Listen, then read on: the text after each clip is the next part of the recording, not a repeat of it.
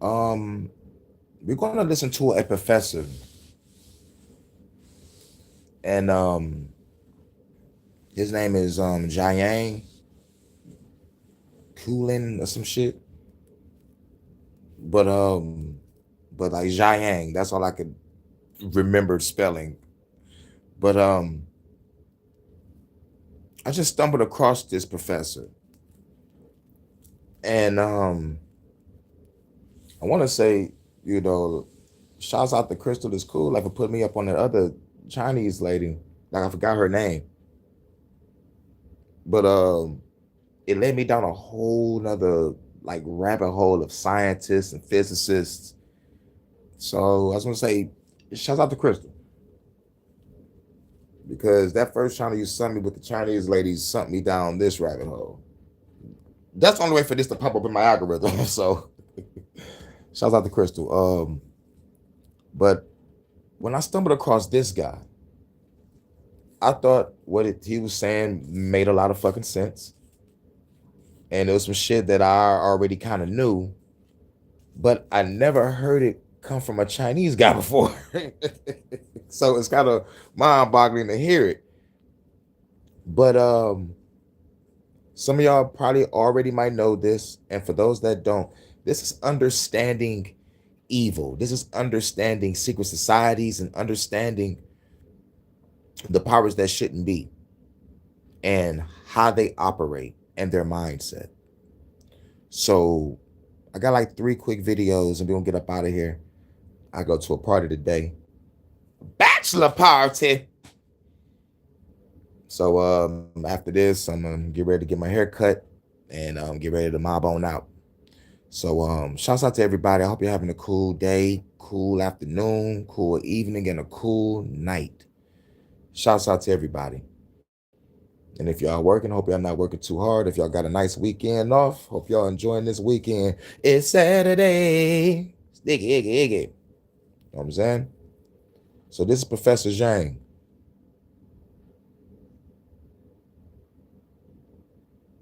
Wait. I gotta put on this. Okay, so today we continue with secrets. The Bluetooth device is connected successfully. They actually do when they. Let's go. Okay, so today we continue with secret societies, right? We need to look at what they actually do when they become powerful. And the tool they use, the real tool, is not money, it's not armies, it's not symbols on a flag, it's mind control. Okay? Hear that? Mind control. And what I tell you, the 3 forms of mind control is repetition, trauma, and symbolism. Never forget that. This is why they got us all manipulated through the media, you know, the movies, TV shows, bestseller novels. Mind control is the name of the game. And when you understand the 3 forms of mind control, repetition, trauma, and symbolism, anybody can be manipulated. If they don't understand their own self, their own senses, their own self and spatial awareness, if they don't understand that shit about themselves or the shit is going on around them, they're fucked. And think about it is, we've been trying to tell people this forever. Most people don't want to listen. Most people don't want to see it. It's all good. Just don't get in my way when I'm blasting out the government and their lapdogs. But anyway, understand the 3 forms of mind control: repetition, trauma, and symbolism. And they got the minds of the people, the hearts and minds of the people through music, and TV, and movies and shit. We got to do some reverse Tai Chi on their ass. We got to hit them with that lyrical Tai Chi, or make our own like revolutionary movie, do our own like revolutionary healing. That's what we're going to have to do. But let's get to it. Okay, so today we continue with secret societies, right? We need to look at what they actually do when they become powerful. And the tool they use, the real tool, is not money, it's not armies, it's not symbols on a flag, it's mind control. Okay? It's programming. And I don't mean that as a metaphor. I mean literally turning a person into a programmable machine. someone who acts on command, right? Without thinking and without guilt, without a sense of self. So let's go back, because if we don't start at the beginning, none of this will make any sense. Okay, the first mass societies, China, the Indus Valley, Mesopotamia, and Egypt. And again, I need you to think not in terms of romance or pyramids, okay, but in terms of control. Because when you have millions of people suddenly living together, the problem is not culture, not farming, it's obedience. The problem is, how do you get all of them to stay in line? China's solution was the bureaucracy. And what holds a bureaucracy together is not paperwork, it's the examination. The Keiju. Everyone focuses all their life force on preparing their child to pass that exam. All ambition, all anxiety, all competition poured into one slot. And today it's still there, right? They just renamed it the Gaokao. It is the same mechanism, different name, but same software in your head, all right? The Indus Valley civilization created religion, but not the violent tribal kind. It's proto-Buddhism, egalitarian, peaceful, harmony as the adhesive, right? You don't frighten people into obedience, you dissolve the ego into obedience. It's very elegant. Mesopotamia used war, constant war, because there are no mountains, no seas, no deserts, and every direction is open. So there's a constant threat of invasion from every direction. So the society stays coherent because it is always afraid, always mobilized, always needing to defend. War becomes the glue that keeps the society together. Egypt used the pharaoh, not as a ruler, but as a legal office, as a god, as a literal god. The logic is this: if he is divine, then obedience is not political, but it becomes cosmological. You don't serve a human, you serve the universe, okay? Now, here's the problem. The pharaoh is not actually a god. He is a human sitting on a throne, and he has brothers, cousins, generals, all of whom would like to be a pharaoh, which means his life is always at risk. So now, I want you to answer this question honestly. What does a leader really need? In school, they tell you that a great leader needs empathy, wisdom, fairness, communication skills, and we can list 20 more if you want. But no, the truth of history is much more simpler and darker. So, to rule, you need three things: unpredictability, high stress tolerance, and lack of empathy. Okay? I know it's confusing, but let me explain. All right?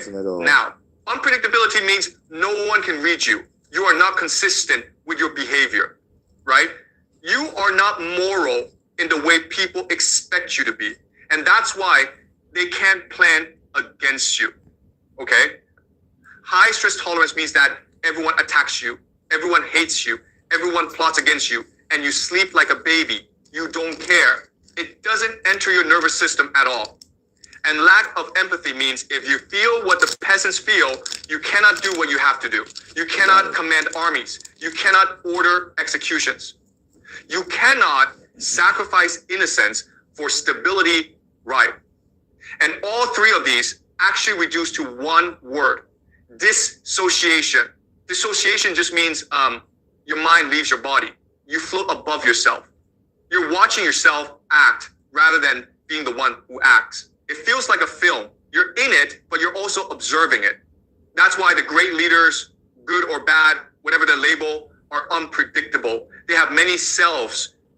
They shift persona depending on what the game needs. They are not consistent because they are not one thing, okay? Now, game theory tells you that when millions compete in a game, the only winners are the ones who cheat, right? And cheating is just alliance building in secret. But the problem is, alliances demand loyalty, total loyalty. And the only way to survive multiple alliances is by having multiple personalities. One mask for one group, another mask for another group. Enough masks and no one knows who you actually are. Spies must have these agencies, recruit for this trait.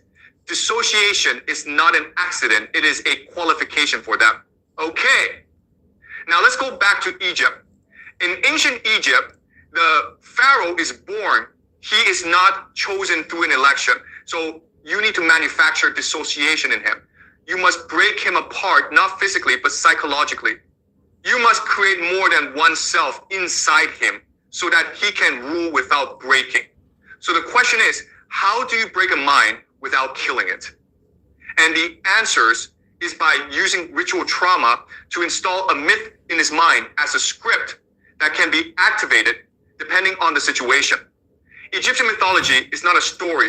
It makes no sense as a story. It is a program. Ra, Osiris, and Horus are three identities with three emotional templates that can bring out radically different behaviors depending on the chosen script. In the Egyptian mythology, Ra is the heroic killer of chaos. Every night he slays the serpent so the sun can return. Osiris is the victim who is betrayed and cut into pieces and scattered across the land. His body is violated and then reassembled. And the Horus is the vengeful child who fights the uncle who destroyed his father. Okay? Does that make sense? So now, imagine the pharaoh is drugged with psychedelics and he experiences sensory overload. The priests are staging each of these mythological scenes with costumes, blood, sex, pain, and pleasure, all of it. It is not just symbolic, but actual experience. When the pharaoh becomes Ra, he stabs and strangles a stranger who's brought in by the priests. The pharaoh is still under the influence. When he fully experiences, he burns the enemy and becomes the hero over the chaos. Then to make him Osiris, he is trapped and drowned by the priest. His body is dismembered, and he is sexually used by the priests to give him the complete traumatic experience. So his mind dissociates from his body, and triggers can be placed to reactivate this memory of his body without him consciously knowing about it. At last, for the third personality, Horus is invoked in him that brings out his rage for his enemies who has hurt him. He embodies punishment and domination. And all of this is experientially programmed into his body when his mind is dissociated because of the trauma. The experiences are so intense that his mind suppresses the memory and he does not remember anything about it at all. Now, Pharaoh is installed with three selves, three files, three executable programs. And by listening this, if you are horrified, that is good. That means you are still integrated, all right? So if the trauma works, if dissociation splits the psyche, then the priest no longer rules through advice, but through activation. They use scent to activate a personality in him without any visible trace. They use particular incense to bring out the Ra. They might use a specific kind of oil for Osiris and flowers for Horus. The exact smell they have used while programming the pharaoh with trauma. A secret code, a perfume in the throne room, opens a file inside his brain and the pharaoh behaves accordingly. Later, while pharaoh is asleep, they use a whisper in the voice of Isis, the only comforting figure that guided him through the traumatic programming event. And he obeys not because he remembers, but because his nervous system recognizes the handler. This is programming. Here is a modern day example you will understand.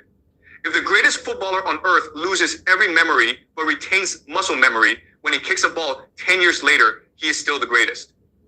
Because training is deeper than memory. It is body, it is subconscious, right? So yes, you can create a killer, give him psychedelics, have him shoot while dissociated, pair the act with a trigger word. One day when he hears the word and he shoots, not because he decides to do so, but because program executes, okay? And we still do this, not literally as Egypt did, but structurally.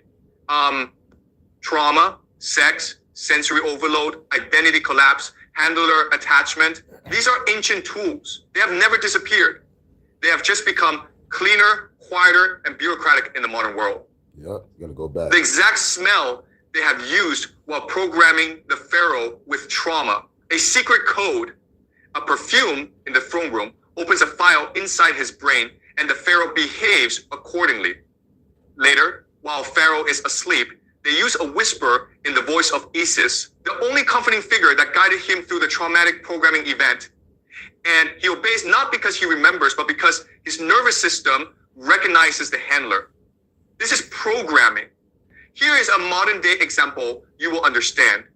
If the greatest footballer on earth loses every memory but retains muscle memory when he kicks a ball 10 years later, he is still the greatest. Because training is deeper than memory. It is body, it is subconscious, right? So yes, you can create a killer, give him psychedelics, have him shoot while dissociated, pair the act with a trigger word. One day when he hears the word and he shoots, not because he decides to do so, but because program executes, okay? And we still do this, not literally as Egypt did, but structurally. Trauma, sex, sensory overload, identity collapse, handler attachment. These are ancient tools. They have never disappeared. They have just become cleaner, quieter, and bureaucratic in the modern world. The pharaoh cannot care. If he cares, he dies. If he identifies, he breaks. So the priests did not torture him because they hated him. They protected him from empathy. Because empathy at that altitude is suicide. That is the paradox. The system looks evil from below, but from above, it is survival. Okay. And today, just look around. Modern elites do not live in pyramids. They live in boardrooms, embassies, intelligence networks, but the requirements are the same. Dissociation, secrecy, and multiplicity. So next time you see a leader laughing while the world burns, remember, not all of him is laughing. Most of him is simply not there. I better go to another one from Professor Jiang. Okay. Today, we're continuing the discussion of secret societies, but instead of listing them or naming them or speculating about who belongs to them, I want to explain why they work. Okay. Because if you don't understand why they work, then you don't really understand what they are. So let's do this properly. Let's use game theory. Now, game theory sounds complicated, but it's actually very simple. Game theory is just the study of how you win games, any kind of game, whether it's economic games, political games, social games, war, business, or life. Okay? So let's do a thought experiment. Let's imagine there are about 1 million people in the world, just 1 million, and all of them are playing the same game. And the rules of the game are simple. Everyone wants to win, but only one person can win, okay? Now, the question game theory asks is, what is the optimal strategy? And the answer is not very pleasant. The answer is cheating. If you follow the rules, you will never win. You might survive, you might do okay, but you will not win. To win a winner-take-all game, you must cheat, okay? Now, what does cheating mean here? Cheating does not necessarily mean breaking the written rules, but rather it means creating an advantage that other people do not know exists. And the most powerful way to do that is coordination. If everyone is acting alone and you are acting with other people, you automatically gain an advantage, right? So if 10 people are all competing against each other individually, and suddenly 2 of them secretly cooperate, those 2 now have a huge advantage over the remaining 8. But here's the problem. The moment cooperation becomes visible, it forces an arms race. So if 2 people cooperate openly, then 4 people will cooperate, then 6, then 10, and now everyone is cooperating, which means the advantage disappears. So the conclusion is very important. If you want to cheat successfully, you must coordinate without anyone knowing you are coordinating. You must conspire secretly, okay? And now we're getting closer to what secret societies actually are. So the next question is, how do humans coordinate secretly? Well, there are many obvious ways. Family is one, religion is another, and then there's race, ethnicity, language, and shared ideology. All of these allow people to synchronize behavior, but the problem with these methods is that they are visible. Everyone can see them, which means everyone else can copy them. So they do not produce a lasting advantage. So there is another strategy, a much more powerful one. And that strategy is called transgression. Transgression means breaking taboos, breaking social norms, breaking moral rules, and breaking laws. Okay? Now, here is the theory I want you to understand. This is important. The greater the transgression, the greater the cohesion of the group, which leads to greater synchronization. Because once you commit a serious transgression, you are no longer free. If the secret comes out, you are destroyed, which means the only way you survive is by keeping the secret together. Does that make sense? Okay? Let me give you very simple examples so this doesn't sound abstract. The most basic form of transgression is a prank. So let's say 6 of you decide to play a prank on the school where you cover all the classrooms with toilet paper. It's stupid, right? It's harmless. But you don't want to get caught because if one person talks, all of you get punished. So now you have a shared secret. And because of that secret, your group becomes more cohesive. You trust each other more. You synchronize, okay? And there's another thing happening psychologically.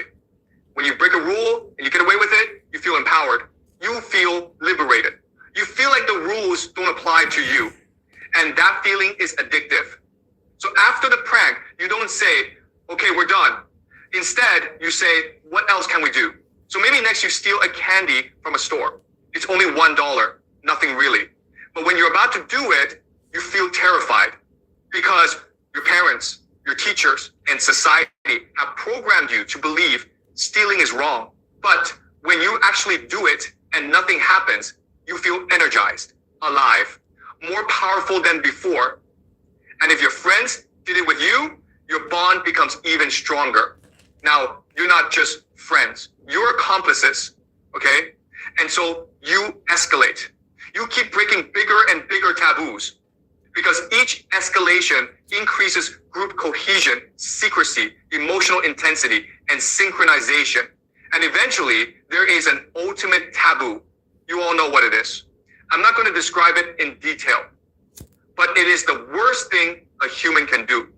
And that is precisely why it is used. Because from their perspective, committing the ultimate taboo releases the greatest amount of psychological energy. They feel as though they have touched something divine. They believe they have accessed ultimate power. Now, basically, the shit that he don't want to say is the Epstein shit. Okay, let's just get that out the way. For those that don't know what other thing that, like that he did want to say, they say like, what's the biggest taboo? Yeah, that messing with the kids.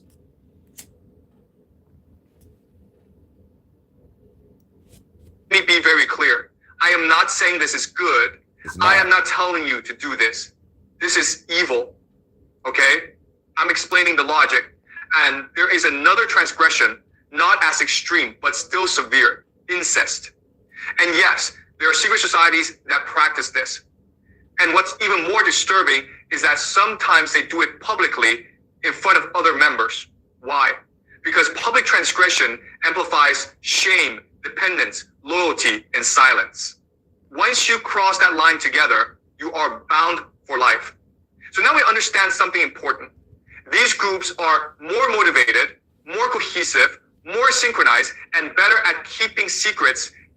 And that is why a very small number of people can exercise disproportionate power over the world. Now, the people you see on television, presidents, prime ministers, CEOs, they are not the real power.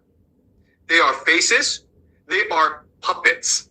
The real power lies with the groups that can coordinate secretly at a very high level. Now, and this is important, I am not saying this is the truth. This is a theory. This is a speculative framework. You should question it. You should doubt it. But you should also ask yourself, does this explain the world better than the official story? Okay? That's where I'll stop for today. All right. Now we got one more, and then we're going to get up out of here. All right. Today I want to speak slowly and clearly because this subject, it is not comfortable and it is not intuitive. But once you see it, it does not leave you. We like to imagine evil as personal, as a wicked individual, a corrupted will, or a cruel personality. But no evil in the way history actually uses it is not personal at all, because evil is administrated. Let me explain that step by step so you can picture it. Human beings normally do not torture, they do not kill, they do not burn villages, they do not collapse economies intentionally, and they do not starve populations unless they are given permission. And today I want to show you precisely how permission is engineered. First, let's see. The Milgram experiment. Picture a very small laboratory room at Yale University in the 1960s, where a young man sits at a desk covered in switches, and each switch is labeled with a voltage, level 100 volts, 200 volts, 300 volts, all the way to what is marked danger. He's told that if someone in the next room answers incorrectly, he must flip the next switch and deliver a shock. Now, you must hear this clearly. The person in the other room is not actually being shocked because he is an actor and the screams are performed. But the young man at the switch does not know this.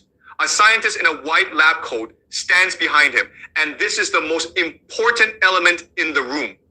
When the young man hesitates, when he winces at the screams, when he asks, should I continue, the lab coat simply says, yes, please continue, with no threat, no violence, no screaming, order, just formal permission. And here is the revelation that shook psychology. Most people continued not because they were sadistic, cruel, or enjoyed harm, but because psychologically responsibility had been relocated upward. So they told themselves, it's not me, it's him, I am only the assistant. So listen to the principle. People do not surrender morality, they outsource it. And that outsourcing is the essence of evil in power systems. Damn. Now the second experiment, the Ash event. Another scene, a classroom with 10 chairs in a row, where 9 of them are occupied by actors, and 1 chair is for the real participant. They are shown a simple line drawn on paper and asked a simple question. What do you see? A line or a circle? The answer is obvious. It's a line, right? But starting from the first actor and moving down the row, every single one says a circle. By the time we reach the genuine participant, he does not only conform, he internalizes it, meaning he genuinely believes he saw a circle, not a line. So now the second principle, people do not obey the majority, they become it. Milgram showed that authority transfers responsibility, while Ash showed that consensus transfers reality. So now combine them. If authority says harm is necessary and consensus says harm is normal, the individual loses both guilt and perspective. When kings, popes, bankers, generals, or secret councils do something catastrophic like war, famine, debt, serfdom, or collapse, they do not call it evil. Instead, they use phrases like order, balance, security, stability, salvation, or necessary correction. And if that language is spoken by a priest, a monarch, a parliament, a general, or a central bank governor, then the executioner, soldier, banker, voter, employer, or bureaucrat no longer feels like an actor, but feels like an instrument instead. That is, the core evil requires removal of agency. So it's not I, but we, not us, but the system, not the system, but God, and not God, but history. Now, I want you to hear this clearly. When a human is traumatized deeply enough, their psychological continuity breaks, their memory does not store the event clearly, and their emotional compass dissolves. This is dissociation, and dissociation creates a vacuum where loyalty can be inserted. Let me paint it clearly. A woman watches her family killed, and she should hate the killer, right? Yet, historically, anthropologically, and psychologically, she often clings to him. Why? Because her world has collapsed fully, and her identity has nowhere else to anchor. So the destroyer becomes the only stable figure remaining. This is not romance. This is psychological survival. Now, apply it to institutions. Sparta takes boys at 5 and removes mother, father, bed, and safety. They are beaten daily. Hunger becomes constant, and fear becomes natural.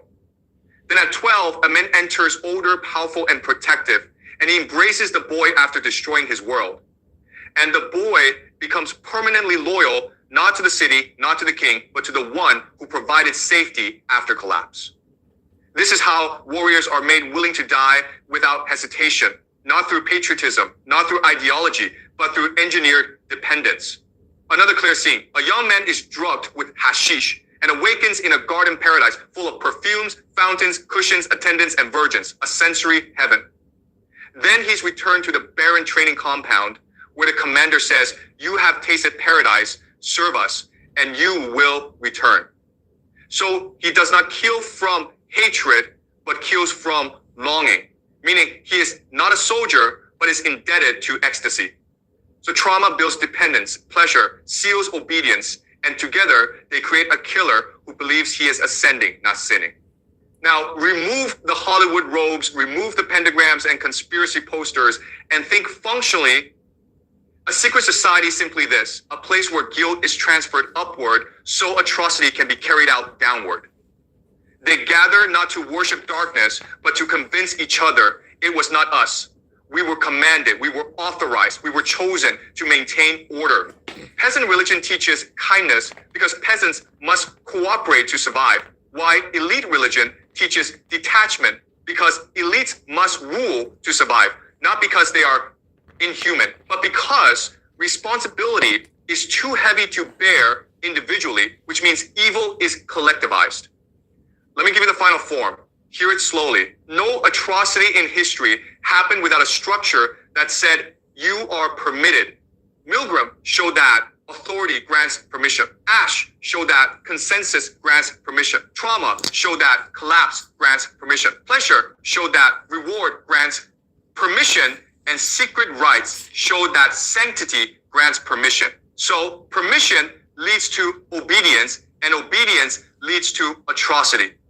A soldier does not burn a village because he is evil, but burns it because the commander called it purification. A banker does not collapse currency because he is cruel, but collapses it because the central bank called it stabilization. A leader does not starve a class because he is sadistic, but starves them because the think tank called it restructuring. And in each case, the actor feels innocent, the system feels justified, and the victims feel abandoned. And this is the architecture of evil. All right? Okay, we'll stop here tonight. You do not need to moralize this. Just understand it. Evil rarely looks like a villain, but looks like a committee, a council, a board, a ritual, or procedure, because no single hand kills the structure does. And that was Professor Jiang. I think his last name is Kuai Lan. I think his name is Professor Jiang Kuai Lan or Kuai Yang, some shit like that. But yeah, it's understanding evil in the modern day without the pentagrams, without the robes and the cloaks and shit. Just like understanding its structure and how it uses trauma and mind control to motherfucking fuck with people. Yeah, but I just wanted to play 3 quick videos real quick. Now I'm about to get ready to get my hair cut and get ready for this party tonight. You know what I'm saying? You know what I'm saying? Got a bachelor party, you know what I'm saying? Shout out to my homeboy. He about to get married. And throwing a party tonight. You know, shit, you know, the motherfucking wedding got moved up. It was supposed to be next year, but shit, we popping this year at the end of the year. So let me get my hair cut. Throw on something cool. I just might just fucking wear all black. You already know what it is. And shit, gonna have a good night. I might, you know, like I'm gonna put up some shorts. I'm gonna put up some clips on the YouTube, show y'all what I'm doing, show y'all where I'm at. You know what I'm saying? I don't know how many of us gonna be there. It might be shit, I don't know, probably like shit, 6 of us, probably 8 of us. You know, but shouts out to everybody coming through, and shout out to everybody that's gonna watch on the playback. This is Professor Jiang. This is understanding evil in the modern day. You know, like there is no conspiracy. It's just like this is what they do. You know what I'm saying? And you know, like so people don't have to deal with the spookism of the Illuminati. It's just like, nah, like these motherfuckers gather and they conspire against people. It's like shit. It could be anybody doing this motherfucking shit. You know, so you know, just like understanding it in the modern sense it'll probably put everything in a bigger perspective without spooking people out and shit. But they are doing this evil shit. So just understand it, know the people that's doing it, know your enemy, you know what I'm saying? And know thyself, and you'll be good. You know what I'm saying? But after you know thyself, now you gotta start preparing thyself. So grab your freedom tools and get ready to fight. That's right. But shout out to everybody. Shout out to old Sensei. What's good, bro? Let me get up out of here. Catch y'all in a minute. And if I do come back, it might be showing clips of where we at the party or whatnot. You know, it might just hang out. I'm not really sure what's popping, but I'll find out later on. But let me get my hair cut. I'm cutting my own hair, so shit, nigga. I'm like Morpheus in this motherfucker. But shouts out to everybody in this motherfucker. And I catch y'all in a minute. Like depending on what time everybody rolling out, I might come back again and do an HHN. It all depends. You know what time everybody mobbing out. I'm just trying to get everything done early so I could be ready by at least 3, 4. You know what I'm saying? It's 11:30 right now in Detroit. So yep, I still got time. Should take that long to cut my hair, kick back, relax, smoke another one. You know what I'm saying? And then kick back and see what's popping. If I if I catch something on the HHN, I might do something real quick. And then who knows? But definitely I'm gonna show some clips of what I'm gonna be doing while I'm out. But shouts out to everybody. Catch y'all in a minute. This is Professor Jiang or Jiang, Kuali Yang. Scorpion wins. I'm out. Peace.